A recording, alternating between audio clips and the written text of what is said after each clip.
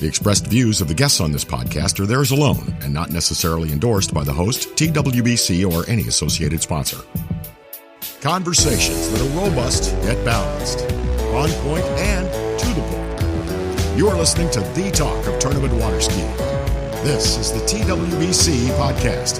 And now, here's your host, Tony Lightfoot.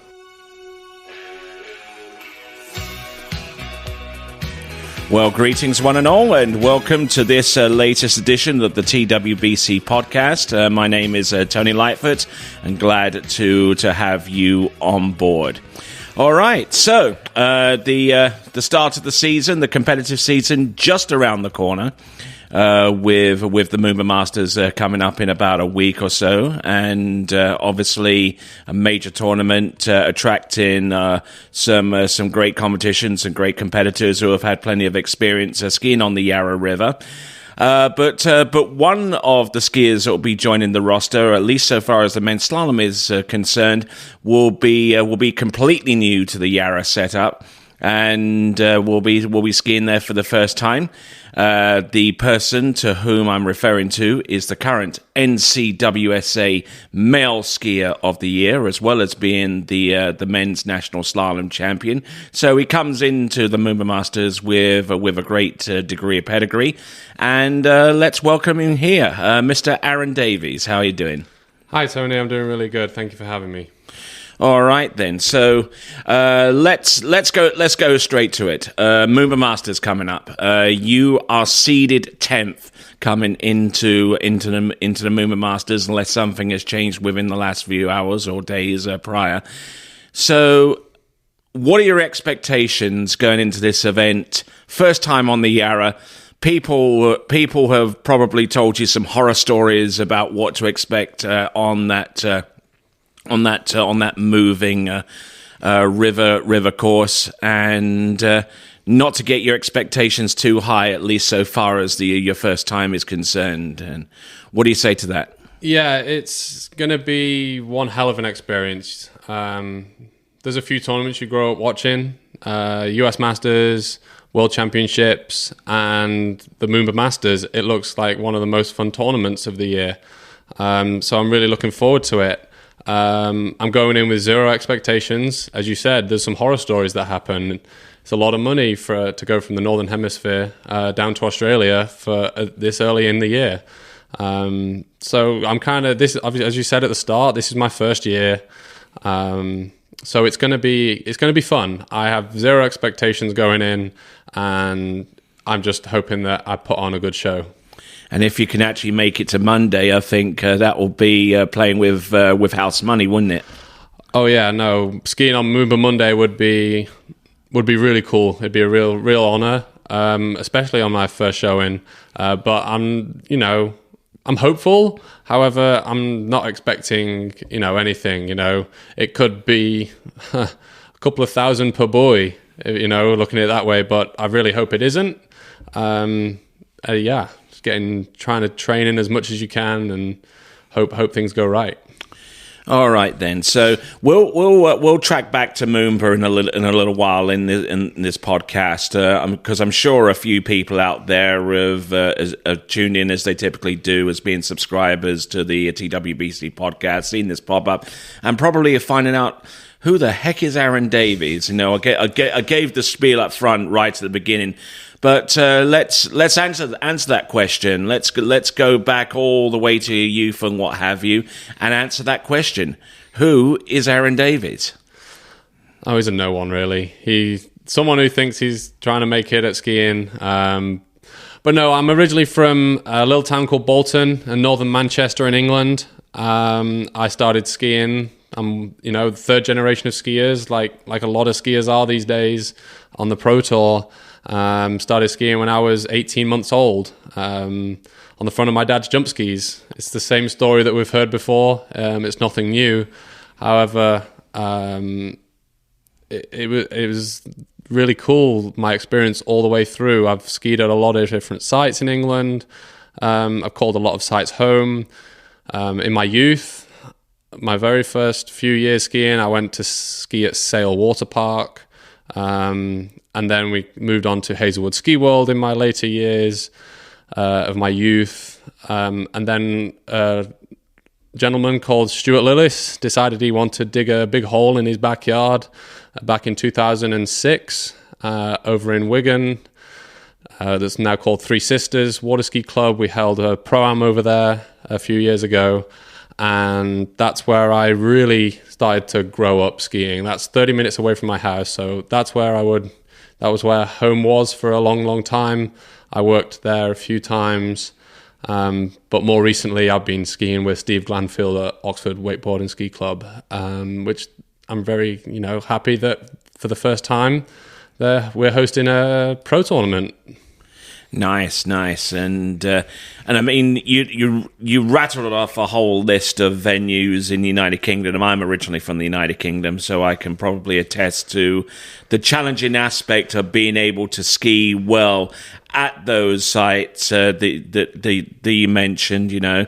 So, do you believe that has kind of equipped you to be the relatively tough skier that you are today, so to speak? Definitely think so. I, like a lot of kids in England, we skied in winter, breaking the ice. Break the ice with, when I was at Hazelwoods with Carrie Ann, when I skied in the winter at Wigan, we used a little dinghy that we've got, breaking up the ice, doing donuts, breaking everything up, and then putting on a dry suit and going tricking, or if you're really nuts, like I was sometimes, going slalom. So, but that definitely toughens you up.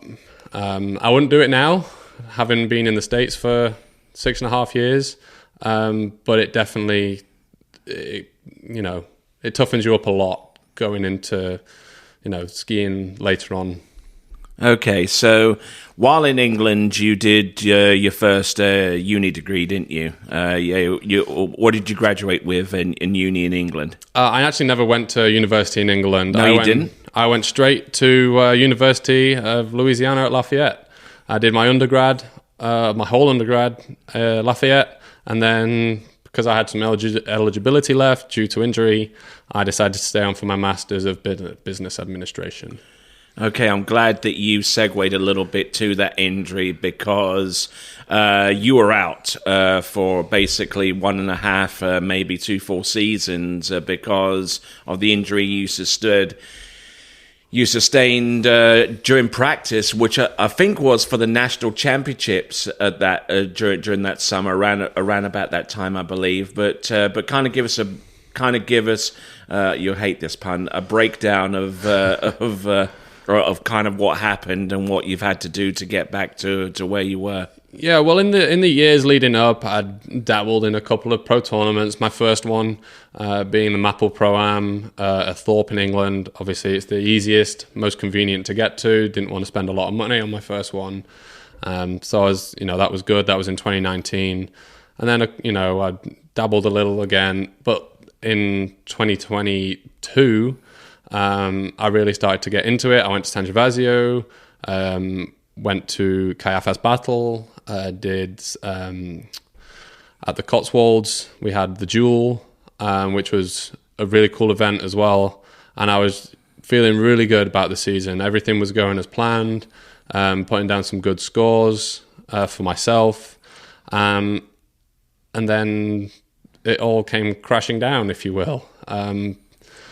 I was just practicing. It was another normal set. Things weren't going great, you could say. But it was, as far as I was concerned, it was a normal set. Of course, it was the last pass I was going to take for that set, and came around 4-ball and just fell forward and put my arm through the handle and snapped my radius and my ulnar, unfortunately.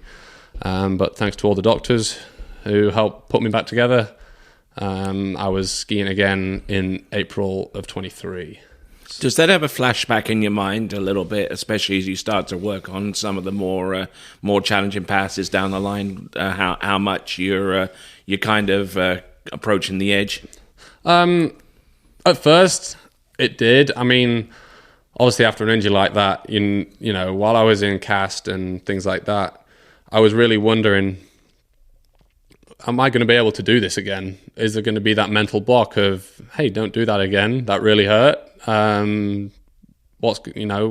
and while you're in cast, while you're recovering, you're like, what's going to happen to me as soon as I put on the ski? You don't know what happens.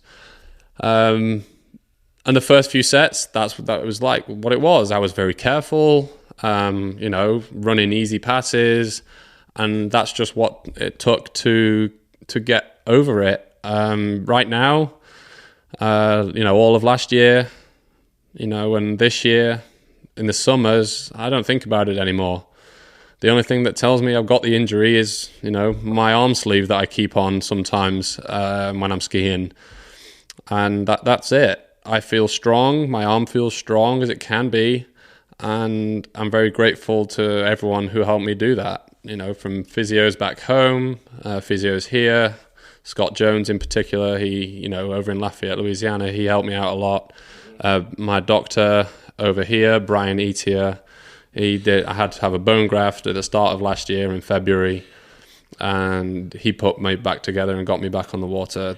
All the doctors back at home in England, in Oxford, Steve Glanfield, even my coach, he was in the boat, and I'll never forget his face. Came back. I said, "Steve, I need to go to the hospital." He goes, "I know." Because he didn't even have to look at me. He could feel it from the driver's seat. But yeah, everyone who helped me put together, I've just got to say a massive thank you. But yeah, in terms of a mental block, I don't. And, you can't, when you're an athlete, you can't have these mental blocks. You got to try and push past them as much as you can, train well, train good, and know when the limit is. That's something I did learn during the accident was, hey, if something's going wrong, don't fight it in practice. Okay, in tournament, you might want to go a little more because it's more important, but for practice, there's no need to be doing anything crazy. Okay. All right, then. That was a very succinct answer to answer that question. Now, what it's one or two questions that it's kind of posed a little bit is how to make it safer. Yes. So far as the handle is concerned. Yeah. And you happen to have in your possession, you're trying out, but although you won't be competing with it, the new T-type handle that's going to be undergoing a 24-month trial according to the text of the newly released rule book. What's been your experience working with that type of handle, and would it be something that you would be open to use in tournaments given the trial period? As you said, I have a few of them. Two of them, an early concept and a later concept. It wasn't the final one in the end. But Jason Peckham, he helped me. I helped him. I tested a couple of them for him, gave him my feedback, and they're not that bad to ski with. A bit weird at first, but you get used to it. Now, are you going to see every single person changing their current handle to go and get one? I doubt it. However, I love that someone has thought outside the box. Don't connect the ropes at the end where there's a big hole, but connect them towards the middle. And it's good. It doesn't rotate as much as you would think. So it's a good handle. I've run some 38s with it, some 11-meter passes, and got most of the way down 39 with it. With a bit more practice with it, I think it'll become a lot more normal. However, is it going to completely revolutionize the water ski handle? We will wait to see. But for the next 24 months, I think we'll see a couple of them around, but I don't think we'll see them all on the pro circuit because everyone's comfortable with what they have at the moment. But we'll see a few around, I'm sure. All right, then. So, moving on a little bit from that, to another technical aspect of you. So far as involving yourself in competitions and what have you. I believe you're a technical controller, or at least have a judge's rating that's equivalent to that. Yeah, so I like to, be as helpful as I can at tournaments. Anyone who knows me knows that. And my current ratings, I am a regular driver in the States. That's a D3. I am a Pan Am judge, so J1, and I am a technical controller. I'm the lowest technical controller at the moment. I don't have a field light or anything like that. No. They're a bit expensive. But yeah, no, I like to do a bit of everything. I'm my father's son, if you like. My dad, he does all that kind of stuff. He loves skiing. I just love to be around it. I love to help in any way. The sport's given me so much. I like to give back in any way that I can, mostly in the driver's seat. Indeed, and it kind of extends a little bit to you dabbling a little bit with the shore path, that system that James Timothy has came up with a few seasons ago and has revolutionized the whole world of driving. So even a schmo like me can actually get somewhat close to being a somewhat decent driver. So for those of you out there that don't know too much about SurePath, I mean, what have you kind of done a little bit? How much work have you done with SurePath, the actual system itself, rather than any work with James Timothy? Last year we got one at Bennett's. Jay got one for tournament use, and the start of this season, I started up straight away. As soon as I started skiing and training for Moomba, I got it up and running. Not as like make sure people can drive me, and everyone else here, but more of a tool for myself to learn to drive better. How the system works and how I can improve my own driving, because I think that that's really important.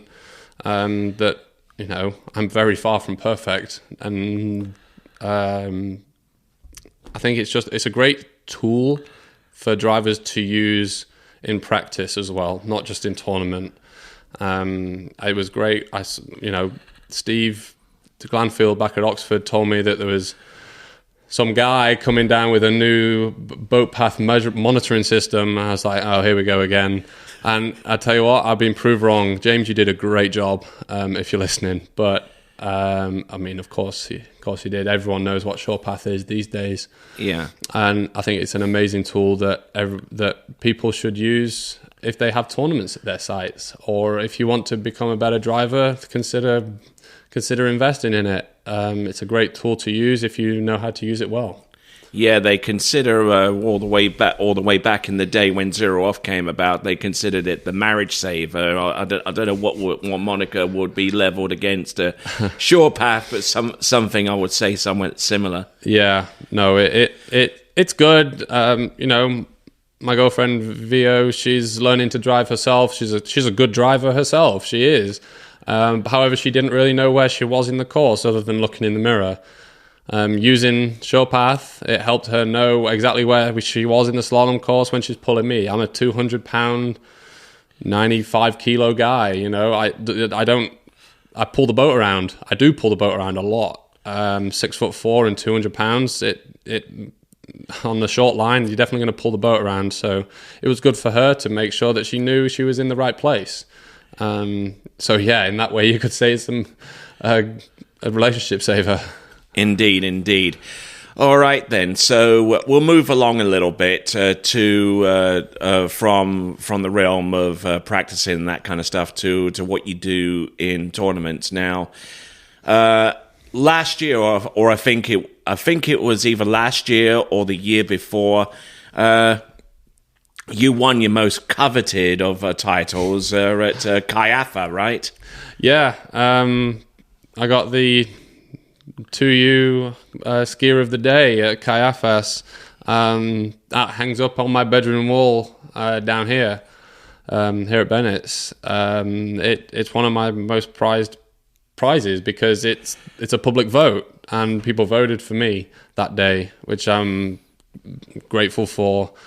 You know, when you're going up against the likes of Will Asher, Nate Smith, Freddie Winter, you know, well, Nate wasn't on at that tournament actually, but still there was some amazing names there. You know, even the girls, you know, Ali Nicholson, they were all there, and they chose someone who's just trying to start out their career from Bolton in England. That was really cool. But yeah, it was a great tournament. I came out not expecting, you know, a huge amount, and got three at 41, which I was amazingly happy with. I was about to ask you what your score halfway down 41 off. Wow, so Jesus, 48 off, Tony. Let's go one step at a time. I think we're getting a little bit ahead of ourselves. I mean, speak for ourselves. And anyway, so halfway down 41 off. Certainly a very, very impressive score.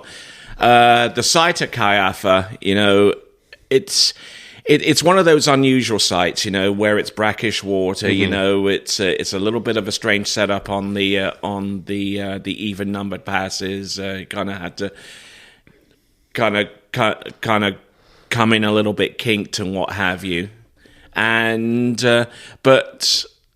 I mean, it's a great site, and I tell you what, it pulls in the punters, doesn't it? I tell you what. There was some amazing scores there this year. The first year I went in 22, it was a smaller group of us. It was the same weekend as another tournament, but that didn't change the spectacle. It was an amazing tournament that year, and then the next year I think it improved again.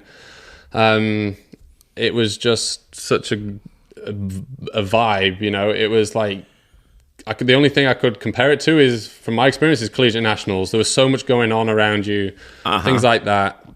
But in terms of the skiing was absolutely insane. The last year in 23, it was pretty cool. We saw 3 people get into 43 off. We got Will, Freddie, and Nate, and that's the first time that happened in history. So brackish water is obviously doing something good over there. I've got my personal best over there. And yeah, it's a good site. It's a really, really good site. It skis really well. Don't know whether it is something to do with the salt content that's in the water. Whatever it is, something's going right over there. Just has that nice little balance, doesn't it? But with having the ski riding too far into the water and having enough of it out to be really, really quick with the backside of the turn type deal, you know. So I mean, on top of all of that, George Hatsis, he is the ultimate showman, isn't he? He is he's a showman, and he's a gentleman. He is such a nice person. He helped put us up the first year when he was getting the KFS Battle Pro-Am for the first time. He put us up, made us feel welcome, told us where to go sightseeing. We went to waterfalls. It was a very Greek way of life, if you like. He said, you know, oh, you haven't got hire cars? Here you go, take our cars, type of thing. Just, you know, go on.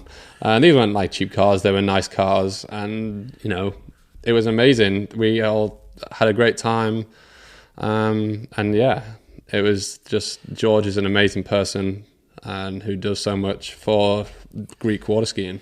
Certainly, and there are obviously other tournaments that you'll be looking forward to. The British Pro Tour stop is going to be coming around fairly soon afterwards, right? Yeah. So the last stop of the European Pro Tour is going to be at my home site, Oxford Wakeboard and Ski Club, and that's one that I've been trying to push Steve to do for a little while. I always ski really well there. I think it's an amazing site. Steve's done really good down there. He's got a good group of members. It's a water ski club, you know. So big shout out to Steve and his family. Hope everyone's doing well. Agatha and the baby, and because he went through a bit of, you know, I don't know, I hope he doesn't mind me saying, but he went through a tough year last year. But he was still the same old Steve. He was a great great coach, great friend. So it was good to see him again.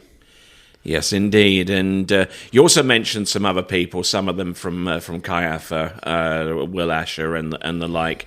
But in terms of British slalom skiing, I mean, it's quite easily to find inspiration from a whole bunch of different skiers, currently or even back in the day. So, who was your main inspiration on the slalom lake growing up right from the outset?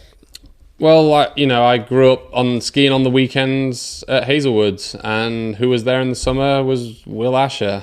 You saw him go by, and you're just, your mouth wide open, just like, oh my God, he makes it look so easy.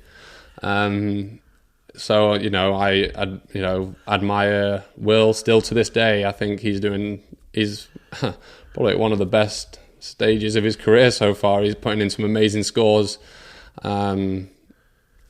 And he doesn't look like he's holding up at all at the moment. I also had the pleasure of meeting Andy Mapple a few times.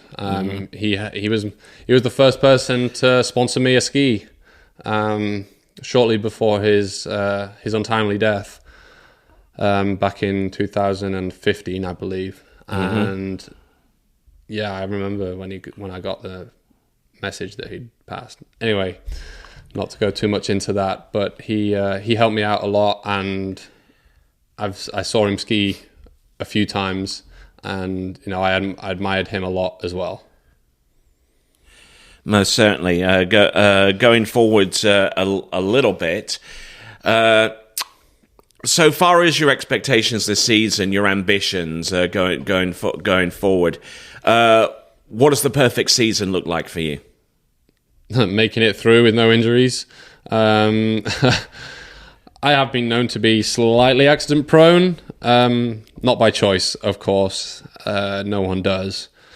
But the first goal is get through the season in one piece. I'm going to as many Pro Tour stops as I can this year. It's going to be my first year doing as many as I am going to do this year.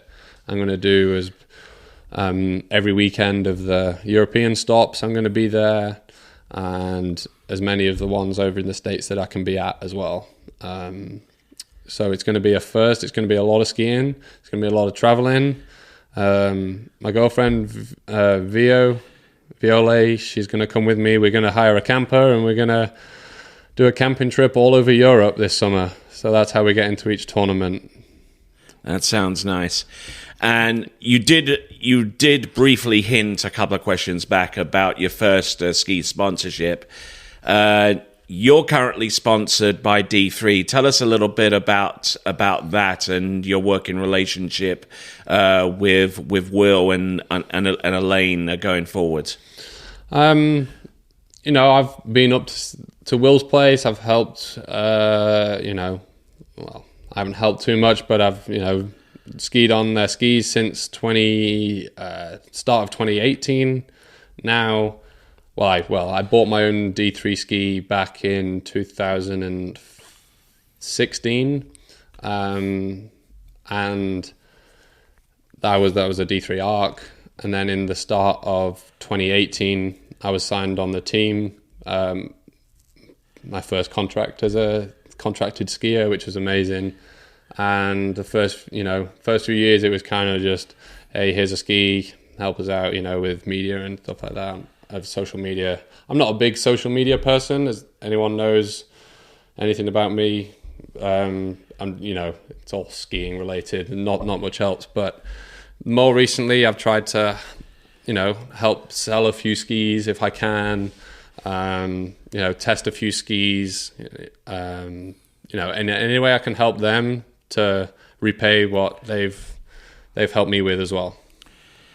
Yeah, I mean, especially given what happened to you 2 seasons ago. I mean, some more cutthroat ski sponsors would have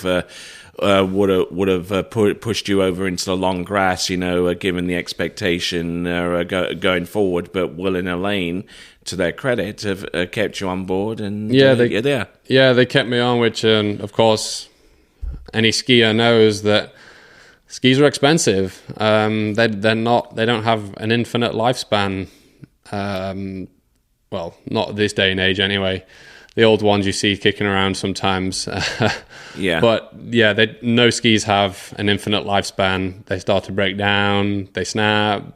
Sometimes you're putting a handle into them. Mm-hmm. And accidents happen. So that anyone who knows anything about water skiing knows that the skis are expensive. So I'm very thankful for what they've helped me with. Okay, and specifically the ski that you're on is the Neo 2, isn't it? The more aggressive ski that Correct. You and Freddie Winter typically ride compared to someone like Nate Smith that's on the other D3 ski.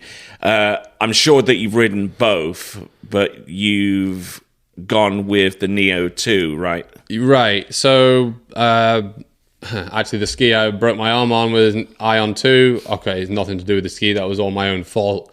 But, I was on the ski all of that season in 2022. Started off the season with Ion 2 again last year. And I felt like I needed a bit more kick out of the turn, if you like, a bit more snap. And I spoke to Freddie Winter about it, and he said, dude, you got to try Neo 2. It's a significant improvement on the predecessor, and it was exactly what I was looking for, just more speed out the turn and across the wakes.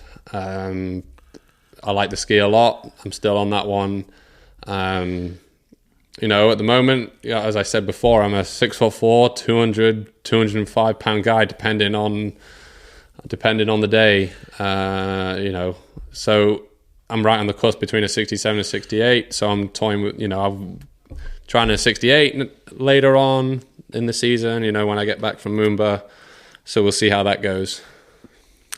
All right, then. So I mentioned Moomba right from the outset, and I'm going to mention Moomba all the way here because that's what I said. That's what we're tracking back to a little bit. So, obviously, you've mentioned that your expectations going into Moomba, you're going to ski it, and whatever happens.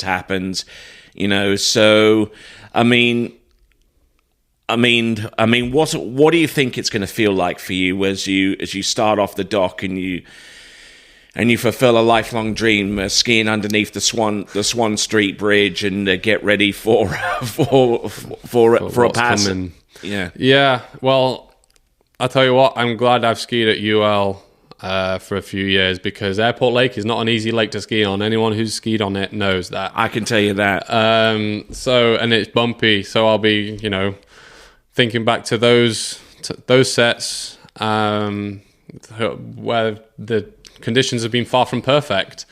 I'll really, hopefully I'll not be looking too much at the bridge and just focusing on the course. But yeah, I think it's going to be amazing no matter what happens.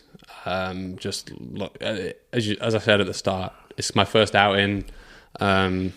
People on their first outing rarely do amazingly, but I'm hoping to not be of that form. Hoping that I can put a good show on for the crowd, and not just the crowd that's there, but everyone who tunes in worldwide. And part of that crowd are going to be your parents, who are already in Australia at this time. Yeah, my mum and dad, Pete and Eileen, they're already over there. They're with a few friends over there. The Finleys, Andy Finley, Julie Finley. Anyone who was a skier at Three Sisters knows them very well, and they're over there right now.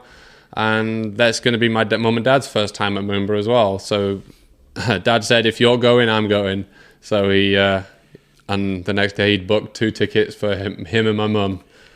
And I'm sure they'll be bringing the Union flag with them along the shoreside. Of course they will. They're, very patriotic, just like myself. All right, then. So that was the podcast with Arron Davies. And before we go, I normally give the opportunity for the person that's been interviewed a chance to say thanks, acknowledgements, that kind of stuff. So with that, Arron, the floor is yours. Just like to thank my whole family, mum, dad. You know what you've done. My grandma and granddad. They were the first skiers. They skied when they were on their honeymoon, way back when. And whenever it gets expensive, I say, Grandad, this is your fault. You started all of this. We had a little joke within the family. But I know he loves it, and I can't thank them enough for all they've done. Thank to everyone who's helped me on the way through. Notably, Chris Trevor, who unfortunately passed away last year. He was a good friend of me and the family, and thoughts go out to Oscar and Sharon. It's coming up on just over a year since he passed, and everyone who's helped me, my coach, Steve Glanfield, Jay Bennett over here, he's helped me a lot at the start of this year. Everyone knows who they are. They've all had an input, but those are just a few notable names, so thank you guys. And V. And Vio, of course. Can't forget that one. God, she's going to kill me now. But yeah, Vio, you're a diamond, so thank you very much for everything you've done as well. All right, then, and that brings to a conclusion episode 152 of the TWBC podcast. A new episode will be coming our way very, very soon. But in the meantime, my name is Tony Lightfoot, and I'm going to say ciao for now. Thank you for listening to the TWBC podcast. Be sure to check out our website at waterskibroadcasting.com. Links to our presence on major social media platforms can be found there, as well as updates to our webcast and this podcast. Duplication or rebroadcasting of this broadcast without written consent of TWBC is prohibited. Subscribe to us on your favorite podcast platform and be sure to join us next time for the next edition of the TWBC podcast.